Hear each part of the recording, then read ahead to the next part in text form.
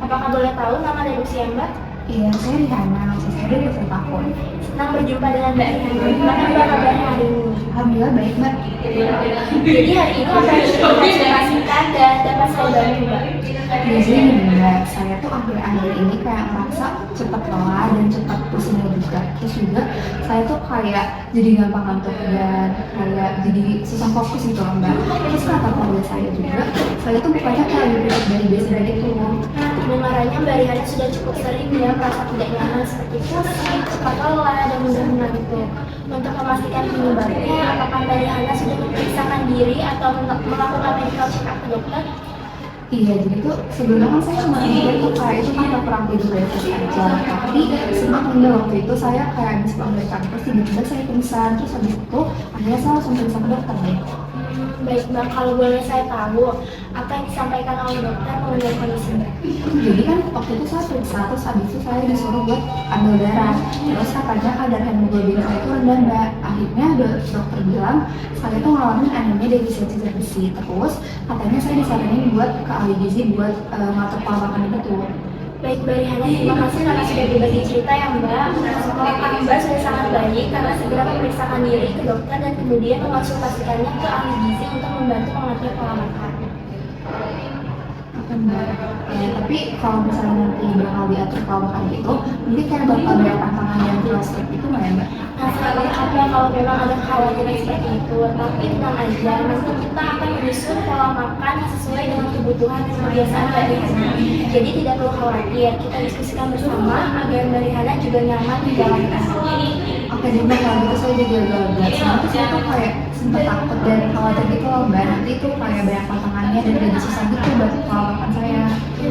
Nah, supaya bisa membantu Mbak Rihana dengan lebih tepat, saya ingin mengetahui pola makan Mbak Rihana sehari-hari melalui formulir SQFFQ zat besi. Apakah Mbak Rihana berkenan? Iya boleh Mbak, tapi caranya gimana, Mbak? Baik, terima kasih ya Mbak. Saya di sini nantinya akan bertanya beberapa bahan makanan dan nantinya Mbak Rihana cukup menjawab berapa kali konsumsi dalam seminggu atau sebulan. Nah, kemudian boleh dijelaskan juga berapa banyak yang dikonsumsi dalam sekali makan. Apakah ada yang ingin ditanyakan terlebih dahulu Mbak? Enggak kok Mbak, cukup jangan. Oke, baik. Dimulai dari bahan makanan karbohidrat dulu ya. Biasanya Mbak Rihana sering mengkonsumsi karbohidrat apa? Biasanya saya tuh makan sehari sebanyak dalam sebuah hari. Dalam sekali makan kira-kira berapa banyak? Biasanya paling satu sendok aja. Baik, selain nasi, apakah Mbak juga mengkonsumsi karbohidrat lain seperti kentang, ubi, roti, ataupun Sebenarnya tuh saya kalau misalnya makan karbohidrat kayak emang suka nasi aja, jadi yang lainnya tuh kayak jarang saya konsumsi.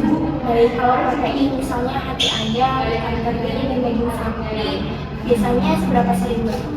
Kalau misalkan kemarin itu saya paling sering ayam sama telur aja sih. Kalau ayam biasanya 4 kali seminggu, nah sekali makan cuma satu potong ayam aja. Terus kalau telur cuma 2 kali seminggu, dan kali makan satu butir aja sekali.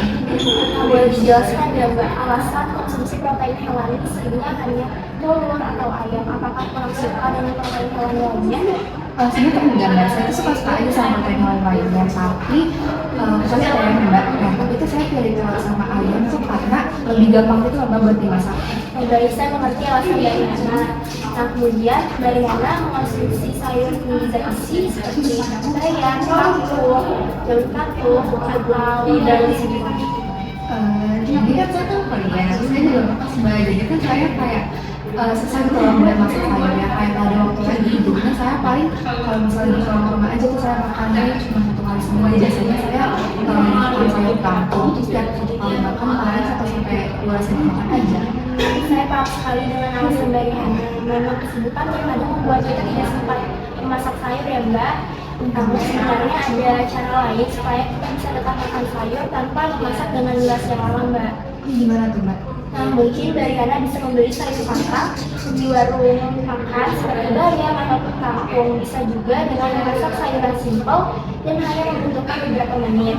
Nah, kira-kira ada pilihan yang tadi, apakah ada yang mudah untuk dijalankan sehari-hari untuk Paling saya bakal lebih nyaman kalau misalnya beli sayur pakai lagi sih Mbak, soalnya sebenarnya tuh warungnya juga dekat sama kosan saya.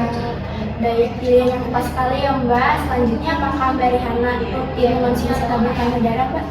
Tabletan darah saya kurang suka Mbak, teman saya tuh rasanya kayak ada besi-besinya gitu, jadi saya nggak suka mikir. Saya mengerti, emang beberapa orang juga cukup tidak nyaman ya Mbak dengan rasa tablet tambah darah. Mungkin kalau seperti itu bisa dicoba dalam bentuk lain seperti zat besi dalam sirup ataupun gummy. Karena rasanya bisa lebih diterima karena ada rasa buahnya Mbak.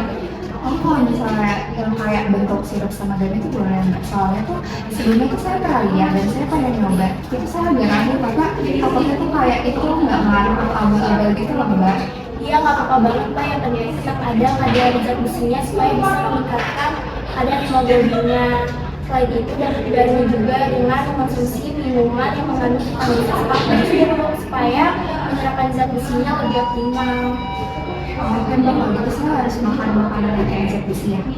Dari Hana, dari pola makan yang Mbak Riana ceritakan tadi, terlihat bahwa asupan zat besi Mbak Riana itu masih kurang. Nah, kemudian Mbak juga belum rutin untuk mengonsumsi tablet tambah darah. Nah, hal itu bisa menjadi salah satu penyebab Mbak mengalami defisit anemia dan distorsi zat besi Mbak. Oh, berarti saya harus makan makanan yang kayak zat besi ya.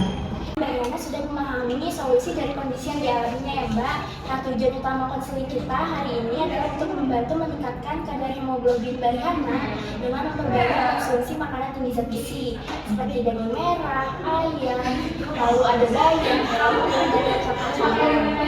Disarankan untuk mengonsumsinya itu bersama makanan yang tinggi vitamin C Mbak supaya penyerapannya itu lebih optimal. Nah, tapi perlu diperhatikan Mbak, kalau Mbak lagi mengonsumsi makanan tinggi zat besi, dihindari mengonsumsi bersamaan dengan teh atau kopi karena bisa mengganggu penyerapan zat besinya.